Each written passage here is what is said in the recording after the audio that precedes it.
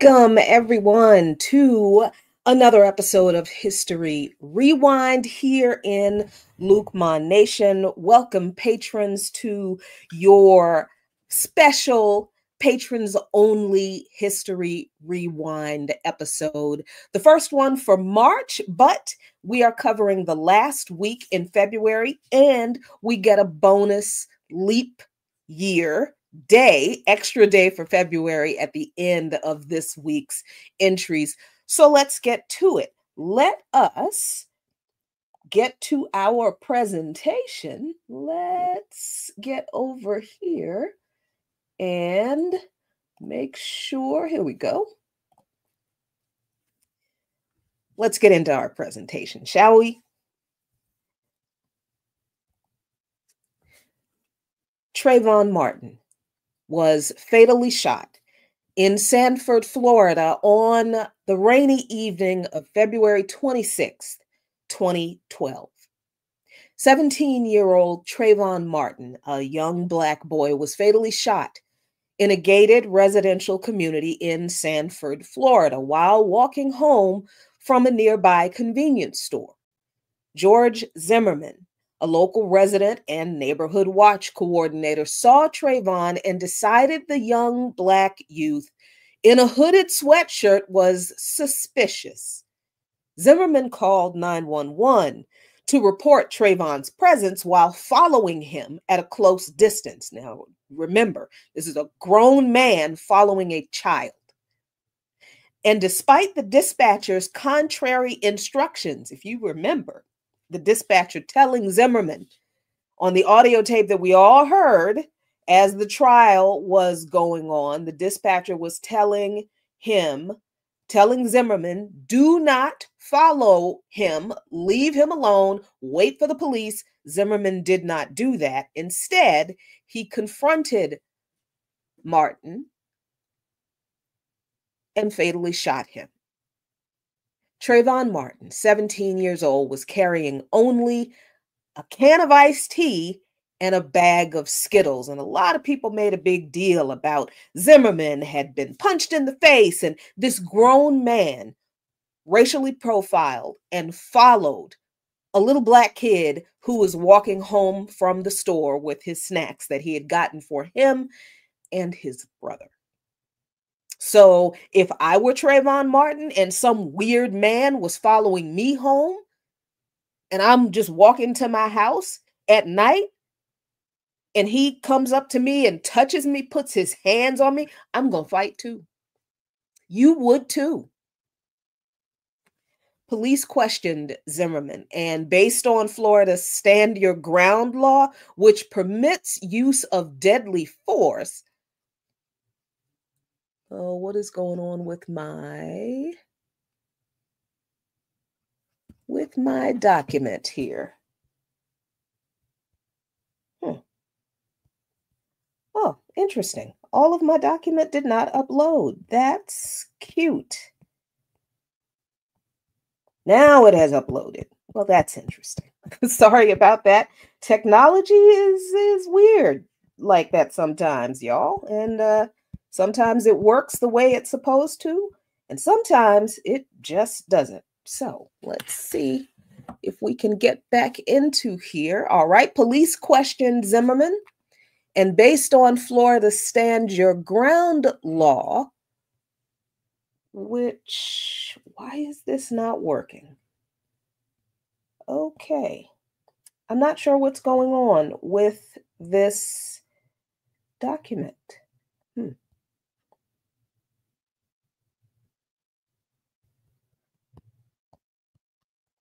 I apologize, y'all. I'm gonna figure out what the problem is here.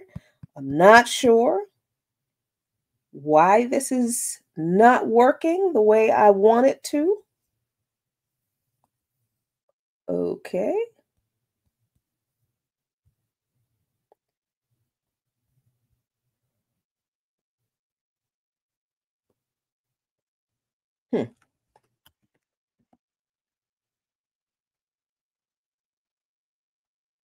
Let me see. I'm trying to figure this out.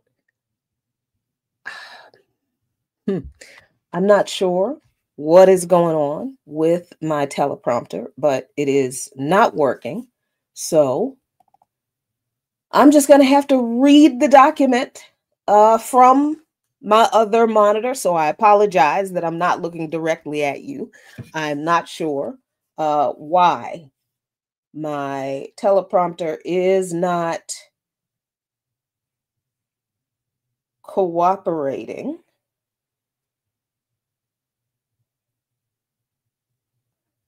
The way it should. I do not know what's going on. Anyway, okay, so let's finish this story. Let's finish this. On the rainy evening of February 8th, 26, 2012, 17-year-old Trayvon Martin, a Black boy, was fatally shot in a gated residential community in Sanford, Florida, while walking home from a nearby convenience store. George Zimmerman, a local resident and neighborhood watch coordinator, saw Trayvon and decided the Black youth in a hooded sweater was suspicious. Zimmerman called 911 to report Trayvon's presence while following him at a close distance, and despite the dispatcher's contrary instructions, confronted the teen and fatally shot him. The teen was carrying only iced tea and a bag of Skittles.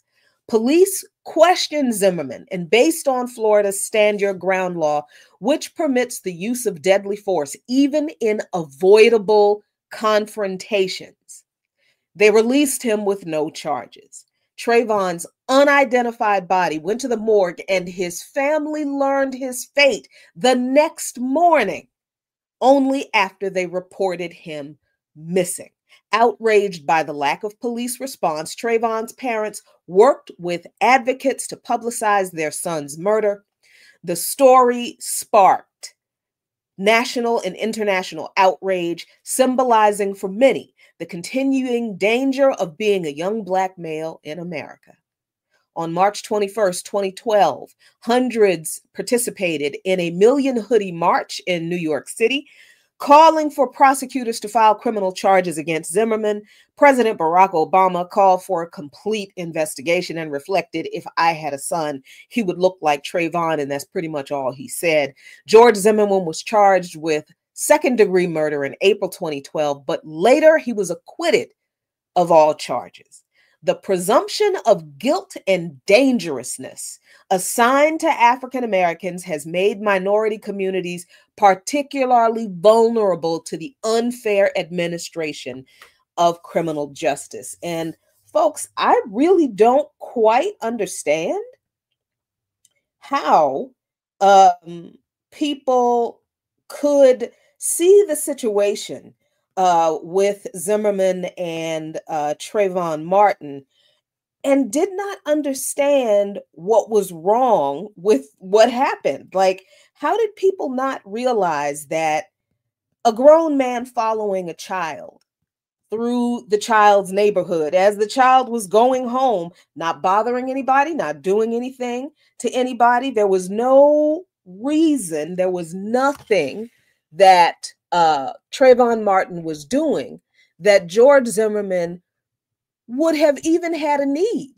to say that that young man was suspicious, but he did. And he thought that he was so suspicious that he decided he needed to follow and assault this child. And I'm sorry, at no point when Zimmerman caught up with Trayvon Martin did Zimmerman realize, or at least act like he realized, oh, this is a child. So it is really, really difficult to look at this situation with George Zimmerman and Trayvon Martin and not see how this is a typical through line in America and Black men and boys and women too. So we still live with the legacy of this, still live with the horror.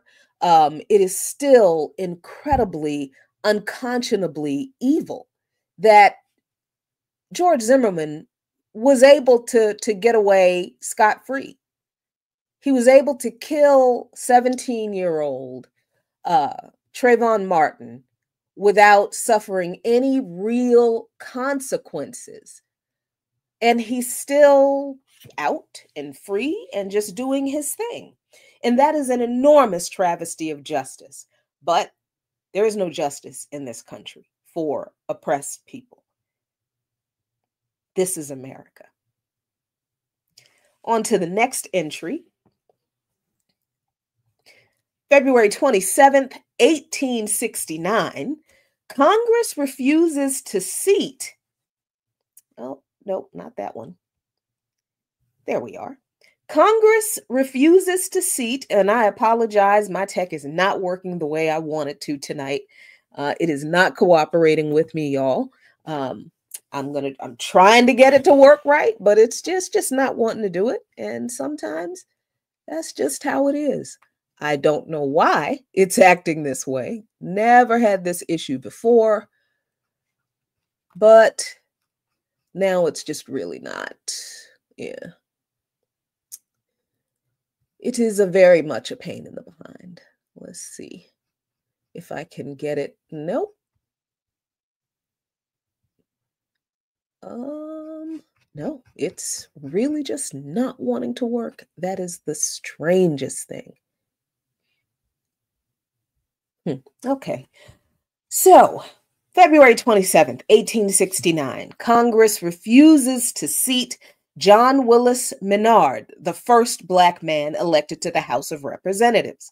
On February 27, 1869, Congress voted against seating John Willis Menard in the House of Representatives. James Garfield, then a member of Congress who later became president, confirmed the decision, arguing that, quote, it was too early to admit a Negro to the U.S. Congress and that the seat should be declared vacant and the salary of $5,000 saved.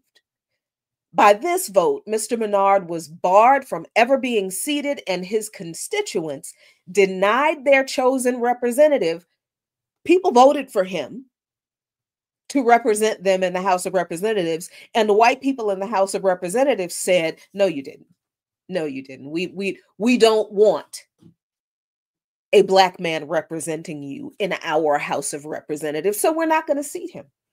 They didn't care about the will of the people then, just like we can see that they don't care about the will of the people now. Okay, so Mr. Menard was barred from ever being seated, and his constituents denied their chosen representative and all representation until the following election. Nobody represented the people who voted for Menard. Mr. Menard was a poet, newspaper publisher, and politician. He won at least 64% of the vote in a special election held in Louisiana's 2nd Congressional District, New Orleans, in November 1868, after the incumbent died. Now, you know why they were not going to seat that man in New Orleans. Didn't we just talk about the German Coast Massacre in New Orleans just a couple weeks ago? That attitude toward the formerly enslaved, still very much a central attitude among white folks in New Orleans at around this time, and not that far off today either. Despite an overwhelming victory, his election faced fierce opposition led by the white man who lost the election, Caleb S. Hunt. The House Committee on Elections held a hearing to decide whether or not to seat Mr. Menard, and the debate then moved to the entire House on February 27th. During the debate, Mr. Menard became the first Black man to speak on the floor of the House of Representatives. Mr. Hunt's claims of protest against the elector's validity were defeated convincingly by the House, as Mr. Hunt did not even show up to testify and presented no evidence supporting his claims. However, Congress refused to seat Mr. Menard by a vote of 130 to 57. Why? Because he was a Black man, no other reason. In the early years of Reconstruction after the Civil War, Black men were able to exercise their vote for the first time. By the time of Mr. Menard's election in 1868, in 10 of the 11 former Confederate states, approximately 80% of eligible Black men were registered voters. Consequently, many Black officials, particularly in the South, where Black populations were much larger, were elected into public office. These officials faced fierce opposition and backlash from white people desperate to maintain a racial hierarchy.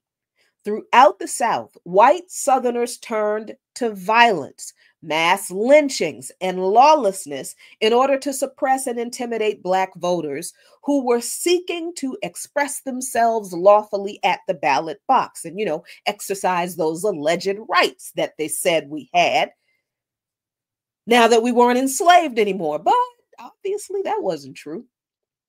White officials in the North and West similarly rejected racial equality. So please stop thinking that white people in the North and white people in the West and white people in the Midwest were nicer to Black folks than the white folks in the South. They weren't. They weren't. They codified racial discrimination and occasionally embraced the same tactics of violent control seen in the South. This is why there are sundown towns all over this country. There are a lot in the Midwest. There are some on the West Coast as well. And if you look at the Equal Justice Initiative's lynching map, although most of the lynchings do occur in the South, there are reported incidents of lynchings in the Midwest and on the West Coast as well. There is nowhere in this country that was saved from the stain of white supremacist domination ideology. Next, February 27, 1960, McKinley Library sit-in. Black college students entered the local library in Petersburg, Virginia, to access resources paid for by their taxes that they were legally barred from accessing because of segregation. This event is described in the 50th anniversary of the Petersburg Library sit-in, the first of the civil rights era, in the Progress Index newspaper. And this newspaper is in Petersburg, Virginia, and this is how they describe this sit-in. On a crisp, cold winter morning in 1960, a group of African-American protesters led by the Reverend Wyatt T. Walker and the Reverend R.G. Williams did the unthinkable. They entered the strictly segregated Petersburg Public Library at 137 South Sycamore Street through the front door on the first floor, which was reserved for the exclusive use of white patrons. Walker approached the counter of the Petersburg's Central Library and asked for a biography of Confederate hero General Robert E. Lee. I'm guessing that was strategic. That simple walk up the steps of the William R. McKinney Central Library on February 27, 1960, marked the beginning of racial integration in Petersburg, Virginia, a city with a total population of 38,500, and among them 18,000 African Americans, almost half of the population. Following a month of sit-ins combating segregation in public places across the South, starting with the Greensboro sit-in on February 1, Petersburg, Virginia also saw lunch counter sit-ins that preceded the McKinley Library sit-in. According to the historic Petersburg Foundation article, McKinney Library Sit-In, that article says on February 23, 1960, 15 to 20 Black students sat down at the lunch counter at S.S. Kresge Company. Smaller groups of students, primarily from Peabody High School, sat down at the whites-only lunch counters at McClellan's and the W.T. Grant Company. In Petersburg at that time, African Americans could order from lunch counters, but were not permitted to sit down and obtain service.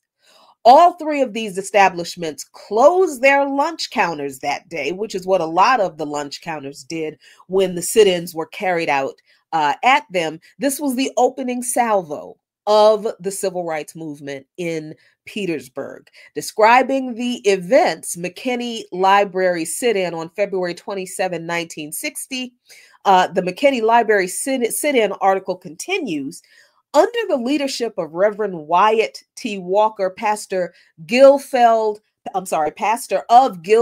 Baptist Church, approximately 140 African American students from Peabody and Virginia State College walked in the main entrance and took all the available seats inside. Library access for African Americans at that time was through a side entrance that led only to the colored branch in the basement, and they probably had like 9 books, right? The library was closed for the next 4 days because that's what white people did when Black people and Indigenous people and Chicano people challenged the system of racial segregation. They would rather close their businesses and establishments than to serve non-white people. All right. And the city council passed a tougher ordinance to deter trespassing. Now, Black residents paid for public services like the library with their taxes, but they could not access all of the public service that their taxes paid for. And the city of Petersburg refused to integrate the library. Then on March 7th, 15 Black people walked through the front door of the library and took seats inside reserved for whites. 11 were arrested, and under the new city ordinance, each faced up to a year in jail and a fine of up to $1,000. It's a lot of money back then. 5 remained in jail for more than 40 hours. And on the night of March 8, approximately 200 people participated in a prayer vigil on the steps of the Petersburg Hustings Courthouse. By the end of 1960, the protests by African Americans in Petersburg, Virginia, resulted in the opening of all lunch counters, the public library, and numerous other business and government offices to all Petersburg citizens, regardless of color. So here is a picture of those students protesting at the McKinney Central Library in Petersburg, Virginia. All right, next entry. NAACP treasurer Warlist Jackson murdered in Natchez, Mississippi. Korean War veteran, father, and Natchez NAACP treasurer Warless Jackson Sr. was assassinated with a car bomb in 1967. All evidence point to this being a murder by the KKK. Here are excerpts from a story about the murder of Warless Jackson from the Concordia Sentinel. When an explosion shook the neighborhood around the Armstrong Tire and Rubber Plant in Natchez at 8 p.m. on a winter night in 1967, the sound carried all the way to College Hill and 7 blocks away, where Exerlina Jackson was resting in bed. She sat up when she heard the blast, which rattled windows and shook nearby homes. "Oh, Lord, that's Jackson," she shouted. "That's Jackson." She knew it was her husband. Exerlina had been especially worried in recent weeks about her husband, Warless Jackson Sr., who was 36, whom she called Jackson. He had just recently received a promotion at Armstrong to a position that had always been held by a white man in the past. So, of course, he was threatened by the white workers at the plant. Fearful that his life would be taken, Exerlina did not want Jackson to accept the promotion. In fact, she wanted him to quit Armstrong. But Jackson, a man who wanted to provide the best he could for his family, knew the 17-cent an hour raise would mean much economically. Because Jackson had other part-time jobs, the raise at Armstrong made it possible for Exerlina to quit her job as a cook at Jefferson College and stay home with their 5 children. Deborah Jean, Doris Arlene, Delricia, Denise, and Warless Jr. And those are the children in this picture here. Oh, let me get my document back. Exerlina was also suffering from lupus, and she needed bed rest.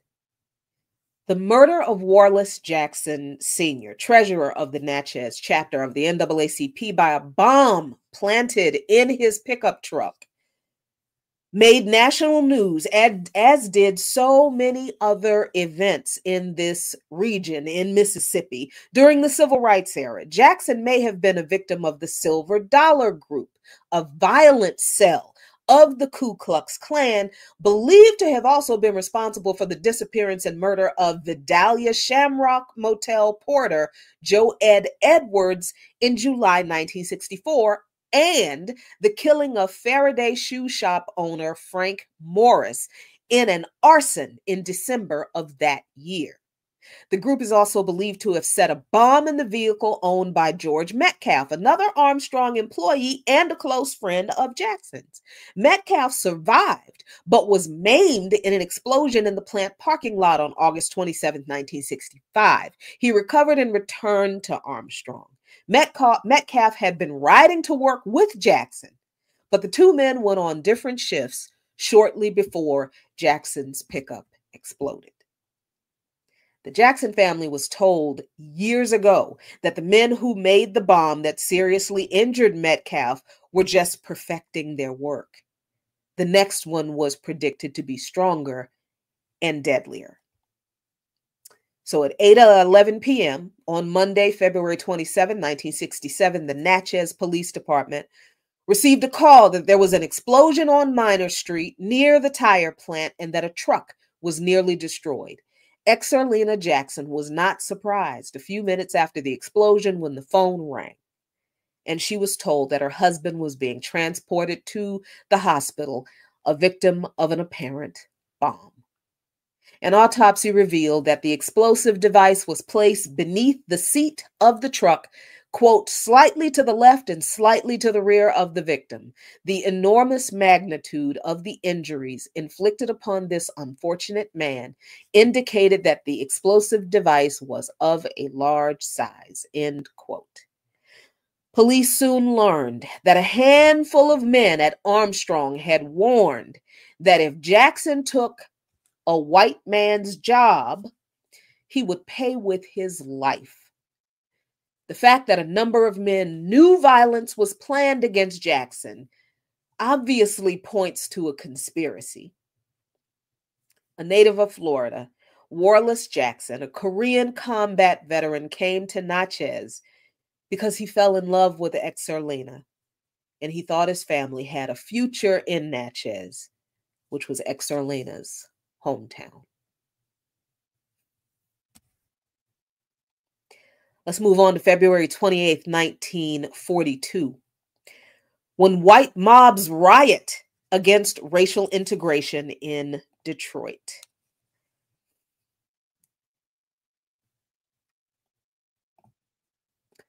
Black families attempted to move into their new homes in Detroit, Michigan, that were built especially for them, but were met with violence and intimidation from white mobs and were ultimately denied entry to their homes.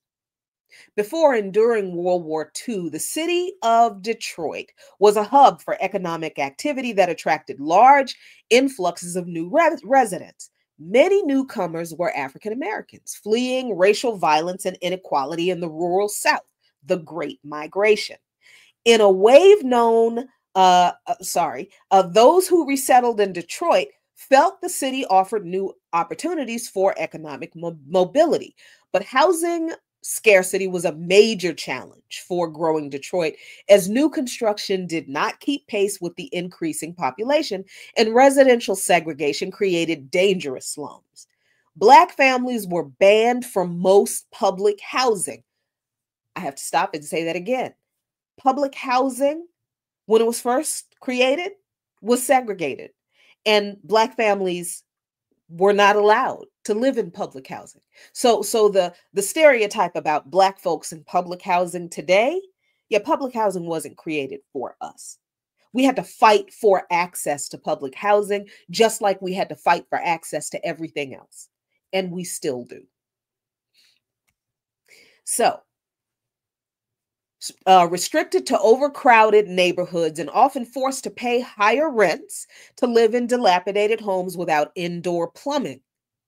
They also faced hostility from the local Ku Klux Klan, police, and groups of white workers.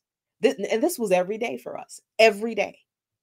In June 1941, Detroit policymakers approved plans to build the Sojourner Truth Homes, a public housing project for African Americans located in a white neighborhood. But that has to be put in context, because all neighborhoods were white neighborhoods. All neighborhoods except for the slums where Black people were forced to live were white neighborhoods. So there was nowhere else to build. You understand. Over protests from local white people, construction was completed that year, and the city authorized Black families to move in starting February 28th, 1942. One day before they were supposed to move in, growing crowds of local white people marched through the housing project. And I think, there we go. I thought that looked weird. Wrong slide. March through the housing project. On move-in day, only a few Black families braved the harassment, intimidation, and violence. Some were struck with rocks. Police responded by halting the moves and arresting more than 200 Black people, and only 3 of the rioting white people. The new residents were displaced until April, when 6 Black families moved in under the protection of 2,000 city and state officials. There were more people there protecting those 6 families from those white folks than there were families moving into the neighborhood, and probably more than the white folks who were out there. This is what our people have had to deal with every day of our existence in this place. Every day. And we still have to deal with this, maybe not in the intensity that we used to have to, but we do still have to deal with these attitudes about stereotypical ideas about who Black people are, what we do, how we destroy communities. Oh, as soon as the Black people move in, the property values go down. It's not because of anything we do, it is because of how white people respond to our presence. That's why all of this stuff about when Black people move in, property values go down. That's because when we move into neighborhoods, white people move out, and then nobody moves into the neighborhood but other people of color because white people don't want to live around us. Not because we actually drive the property value down, but it is white flight that drives property values down. And then the empty homes, if they are still owned by the bank, if the white people can't sell the home, they may just abandon the home. And if the bank can't sell it fast enough, then you know what they do? They allow the property to neglect. They allow the grass to be overgrown. They allow the shingles to fall off. They allow the windows to be broken and to stay broken, because they know that it drives the property value down. So then it drives the property value down of the Black homeowners too. So then the narrative is created that we don't know how to take care of our homes. We allow our neighborhoods to be dilapidated when it's the state that is actually doing that. It's not us. So this whole fight for equitable, equal, just housing, we are still having to endure that fight to this very day because of the kinds of attitudes that created these kinds of situations. All right, now let's get to the correct slide for this next entry, which is February 28th, 1964. Clifton Walker was murdered. And here, I want to share with you a video.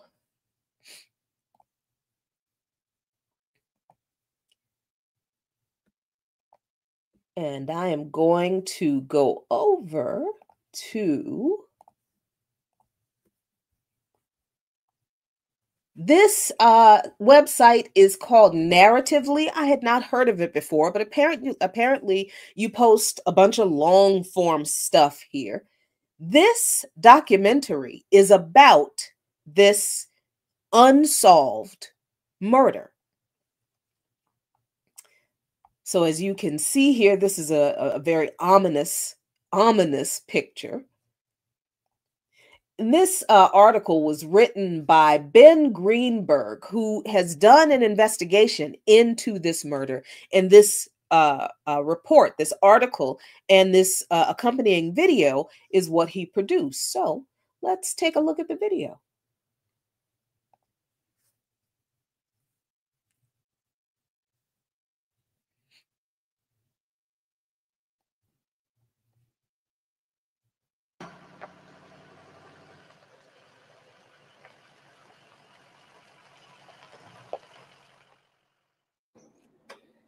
This little place, Woodville, this place where Daddy was murdered, it's held all the secrets because he died too soon and he died for the wrong reason. To solve these cases, you can't just go and interview the people that have been named in documents, and if you don't come up with any new leads, feel that you've done your job. Investigative work. In many cases, the investigations are complete at the time, and there needs to be new leads developed, and that requires really hard work, new work that I haven't seen evidence of. It's a letter from the Justice Department stating that they are officially closing the case of Clifton Walker, but yet you never took time to meet with our family to discuss any findings or any interviews concerning our father, Clifton Walker. The Walker family really was looking to the FBI to make good on its promise to provide them with some sense of closure, some sense of their questions around the case being answered, and some sense that at least at this point in time, everything that could be done has been done.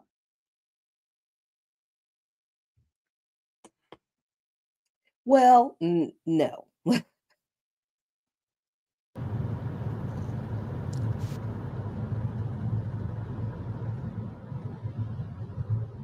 Mary Emma Sims, I want to introduce you to Catherine Walker. She's the daughter of Clifton Walker, who we talked about. But I don't know her. How you doing? I've heard of you. When the police wrote in the documents that they felt that that you had information that they needed in order to advance the case. I would have told them, but I didn't have no information. Because if I had told them anything, I would have been lying. See, I would have been lying.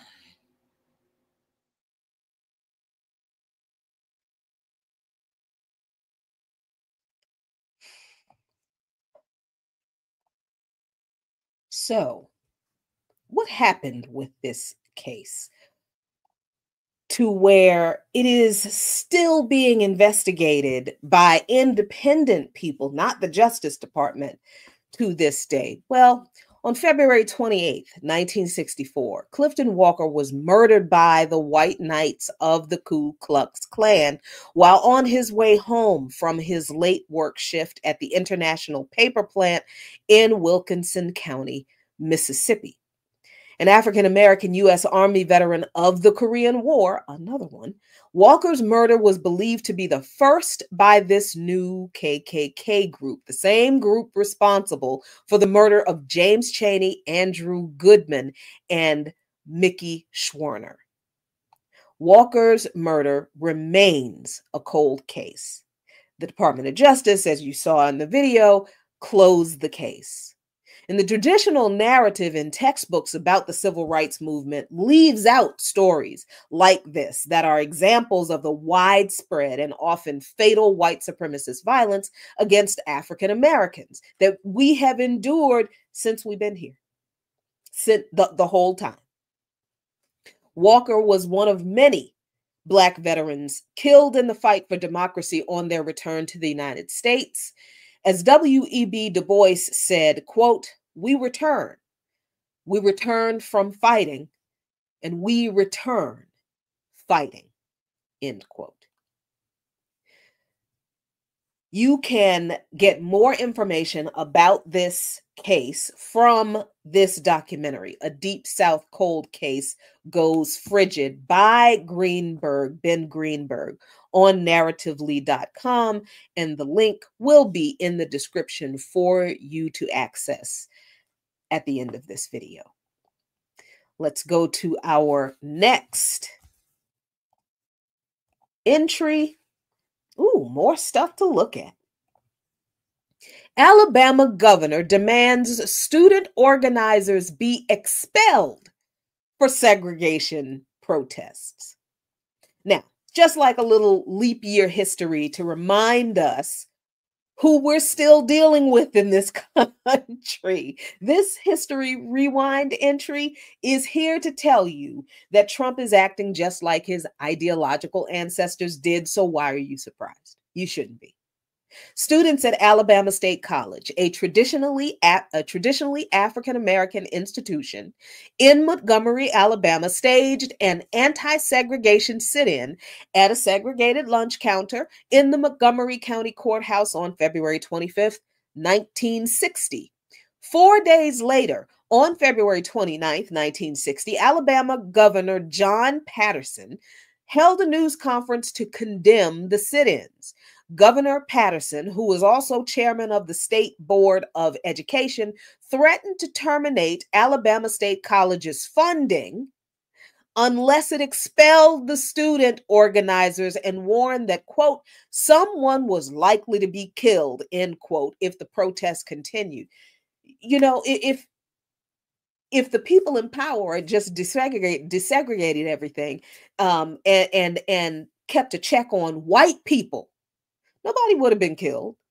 Or at least they would have acted like they cared about white people killing Black people for fighting for their supposed constitutional rights. But that's not what they did. They condemned us for demanding human rights. And they still do. The next day, more than 1,000 Alabama State College students marched on the state capitol. On March 2, 1960, the college expelled the 9 student leaders of the courthouse sit-in. So,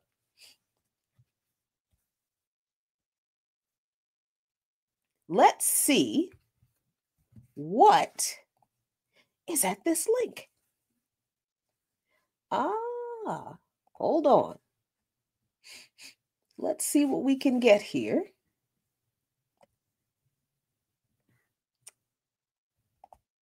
Here we go.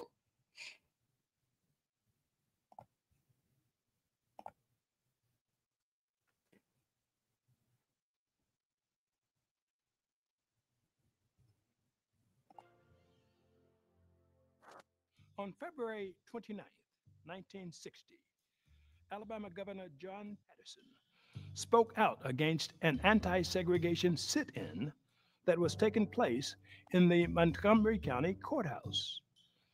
Students from Alabama State College, a traditionally Black institution in Montgomery, were in the 5th day of a sit-in at a segregated lunch counter in the courthouse. Governor Patterson threatened to terminate the school's funding unless it expelled the student organizers.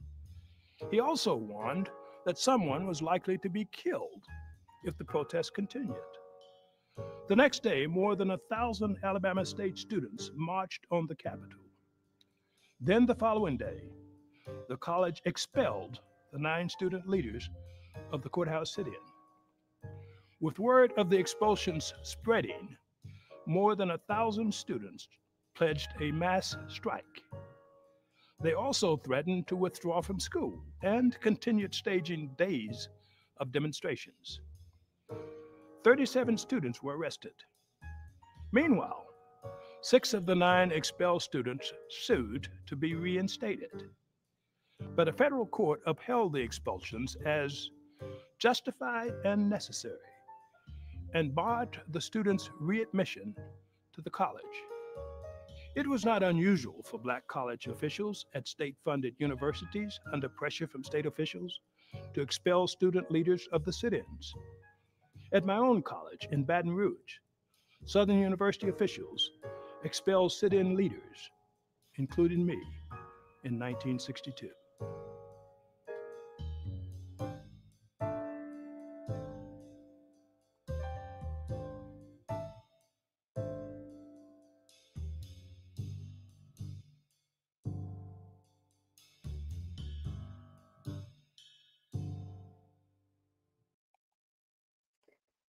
So, as we can see, Donald Trump threatening to withhold federal funding for colleges and universities that do not brutally crack down and repress the First Amendment rights of their students.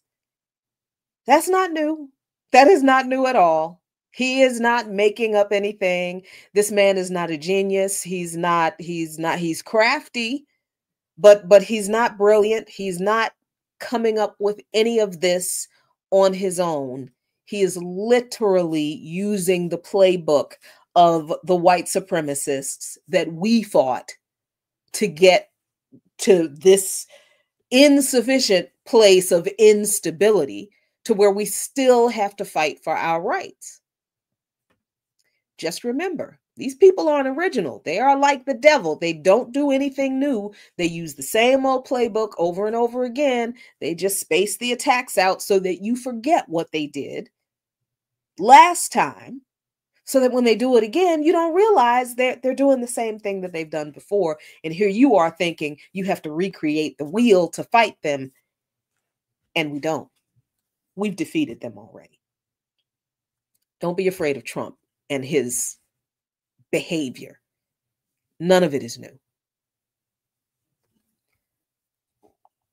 So, white people in this country have always commented about how angry and bitter we Black folks are because, you know, the governor, when the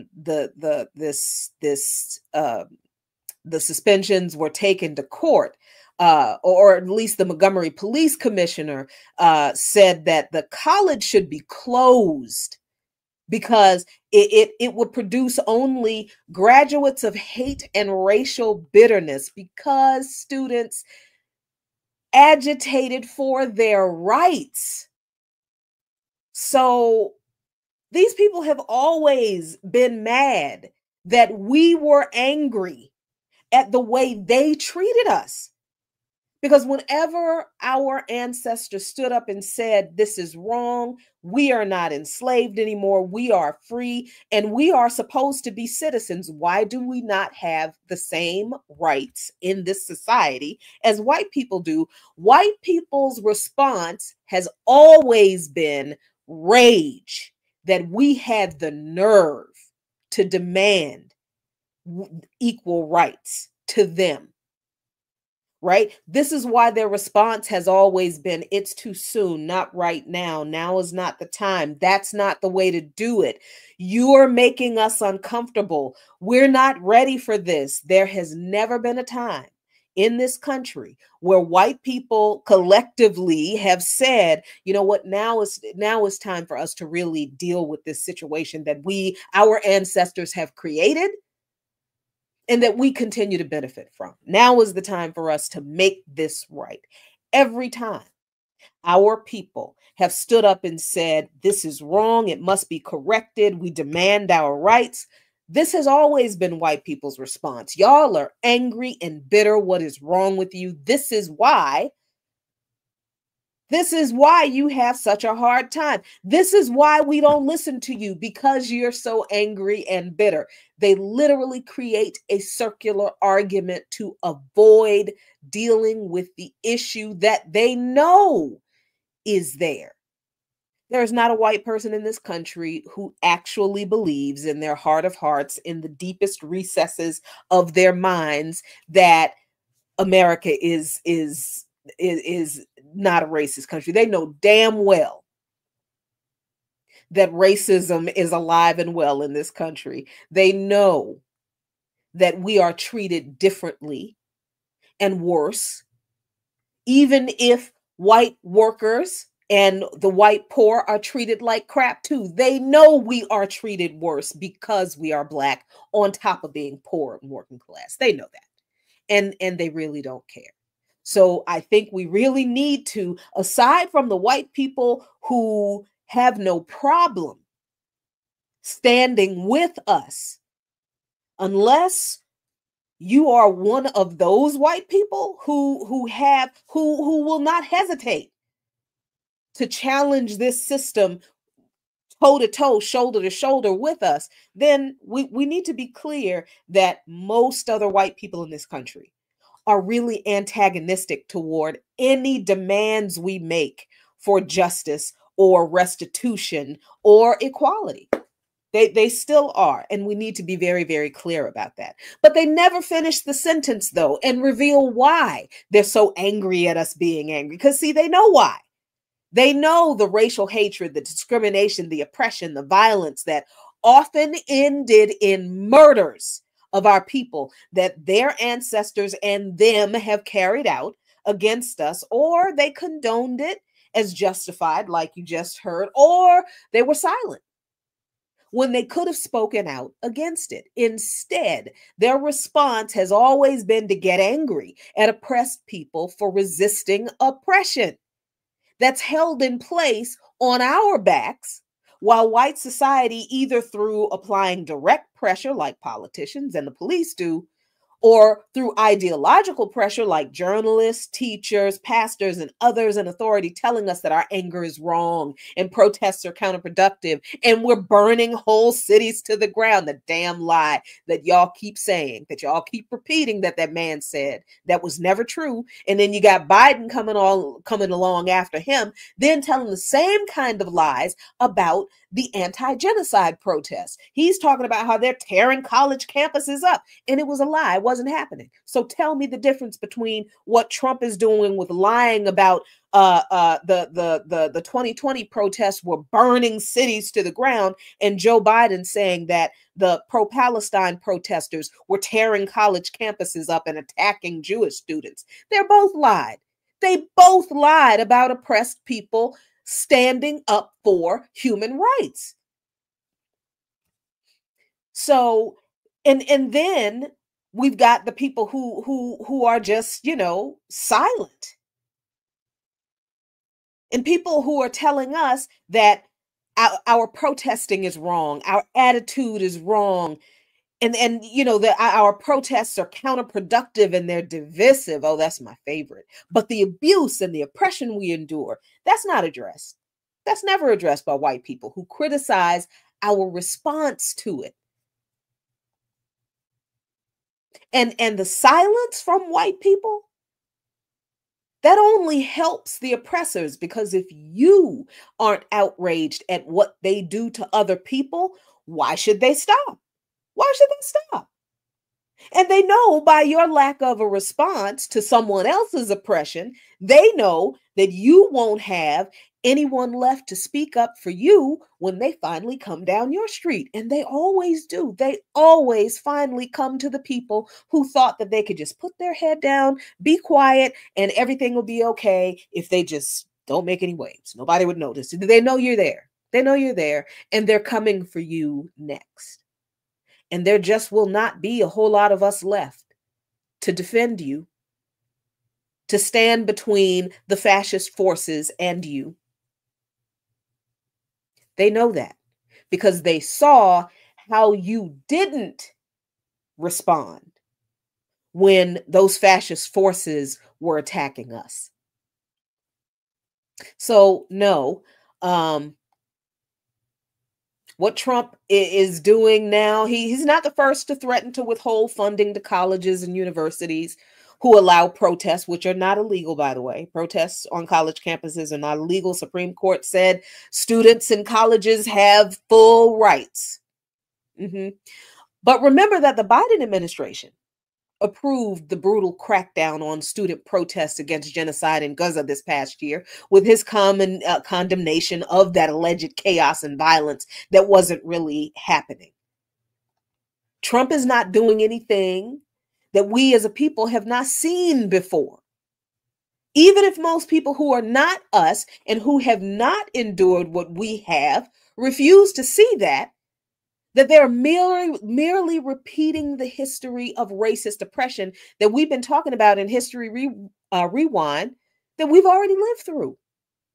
And honestly, I don't know why people are so upset at this threat from Trump against college protests, because people didn't care. Y'all didn't care when the police were brutalizing those students and the Zionists were harassing them, spitting on them, assaulting them. Yes, there were actual people yes, Zionists going to the protests with the intention of making trouble with these kids. And when these students ignored them, then these Zionist counter protesters, these fucking fascists, started attacking the students. But then they would tell the media that the students attacked them. And all of the Democrats and the Democrat media, the corporate media, picked up those lies and ran with it. And we saw the repression that happened to the students. How are people upset at what Trump is saying now when everybody was complicit in the demonization and repression of those students last year? Also, it strikes me that even as Trump is suffering losses in the courts on a nearly daily basis now, as federal judges rule on the lawsuits filed against his executive orders, he continues on with his agenda unabated. He ain't stopping nothing, because this is what he and his minions organized and planned to do. Of course, they anticipated the lawsuits. These people may not be they may not be intellectuals, but they're not stupid. That's why they rolled out the replacement of the agency heads the way they did, to get their people in the top position of these agencies so those people could carry out these actions while Trump and Musk move on to the next steps in the plans. And the people in place at the agencies, well, they deal with the fallout of the lawsuits that are lost. When the courts rule against the mass firings like what just happened, it's the people who are in the head of these agencies who have to deal with, well, how do we bring all these people back? Trump is not dealing with that. He's not even responding to the reporters asking him, what do you say about the court ruling against your executive order firing all these people from? He's like, I didn't tell. He's saying now, I didn't tell anybody to fire. I told them to give me a list of people who could be eligible to be fired. He is even saying, I didn't tell anybody to fire anybody right now. So he is literally throwing the agency heads that he put in there under the bus, but they expected that too. That's a part of the plan. They know this is how it's going to go. And they are doing their job, handling the fallout of the court rulings. And they're the ones having to figure out how to bring all these people back. Not Trump's problem anymore, because when they organized and planned this thing, this is what they plan to do. This is how they plan to do it.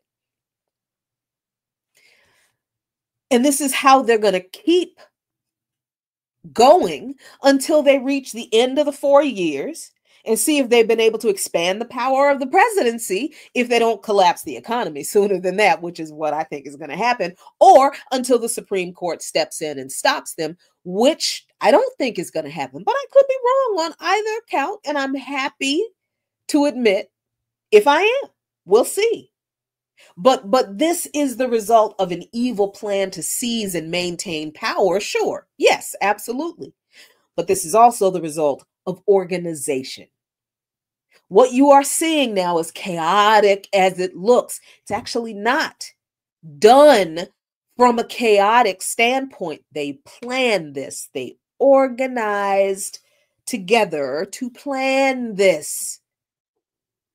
And the chaos is just the outcome. But the way they're doing this, oh no, this was a definite plan to do things as fast as they are doing them, and involving the people and the moves they're making to carry them out. So imagine what we could do for ourselves if we were organized like this.